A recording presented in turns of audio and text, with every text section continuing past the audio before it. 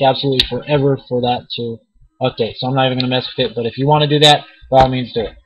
Internet media, that's for like your internet streams, podcasts, or whatever. If you have the link or whatever, you can add all that stuff to there too. Your RSS feeds, your news feeds and stuff like that. Same thing, audio, photo, and video. If you have a Flickr account, you should add that stuff.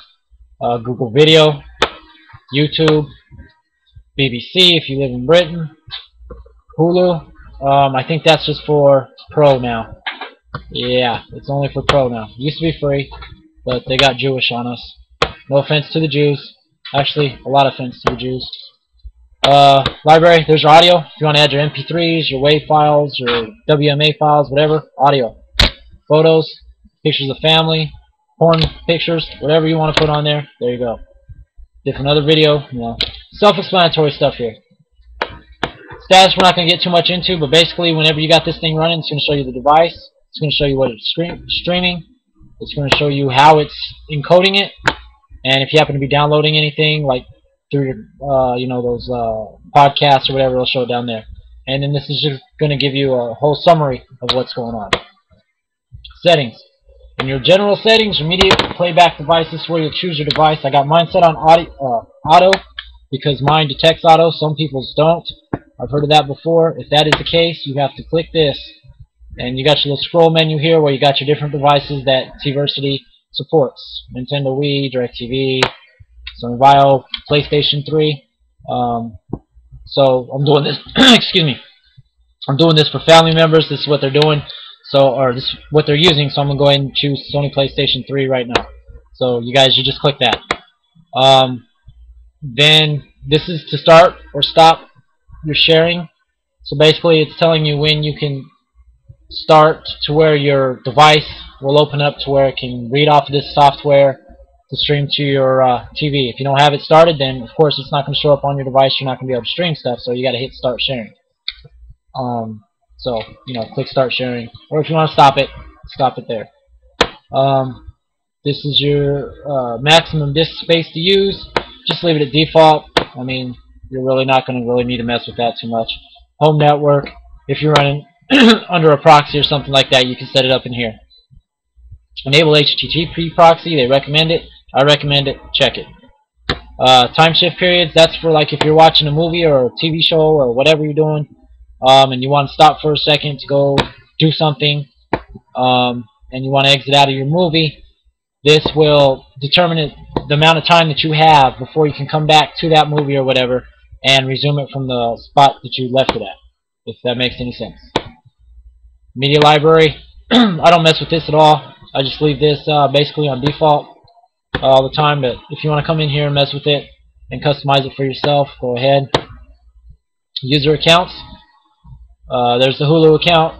If you get Pro, you could try and do it with free. I don't know. I was able to do it with free, so it may work for you guys. Maybe there's a glitch in the system, which would be really cool. But Hulu doesn't really work that well for me. YouTube does. But if you want to try it, go ahead. Transcoder, this is where you're going to set up all your encoding, which makes it available for you to, like I said before, watch the movies or whatever on your device. Just come through here and set it how you want. Most of the time, I just leave it on default. See, only when needed, recommended.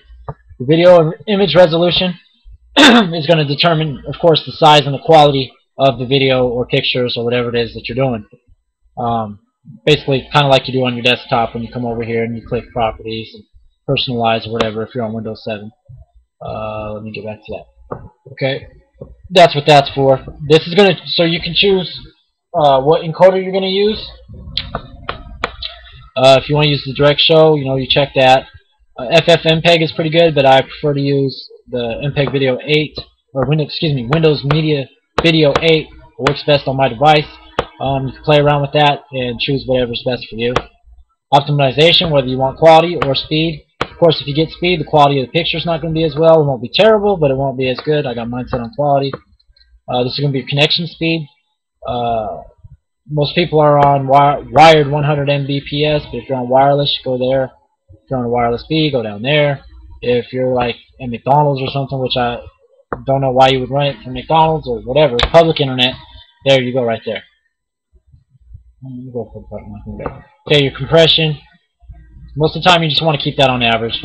Decoding speed, decode media as fast as possible without taking into account bit rate. Now, if you're having problems with it, like if your audio and video aren't syncing together, like in old karate movies where they talk and then their mouth moves like 5 seconds later, that's kind of what that is. If you're having problems like that, you might want to uncheck that. You also may want to come up here and mess around with your encoder and your quality as well for those type of things.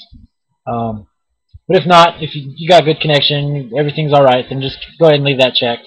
Audio capture, if you're wanting to record the audio that you're hearing, if you got some big setup or something like that, chances are you won't need this software anyways, because if you have something like that, then I don't know why you would be using software like this when you have the good stuff. Internet feeds, again, just sets up your preferences for your RSS feeds. It's up to you if you want to mess with that. I never do. Okay, so after you do all that, you want to come in here and you want to hit start sharing.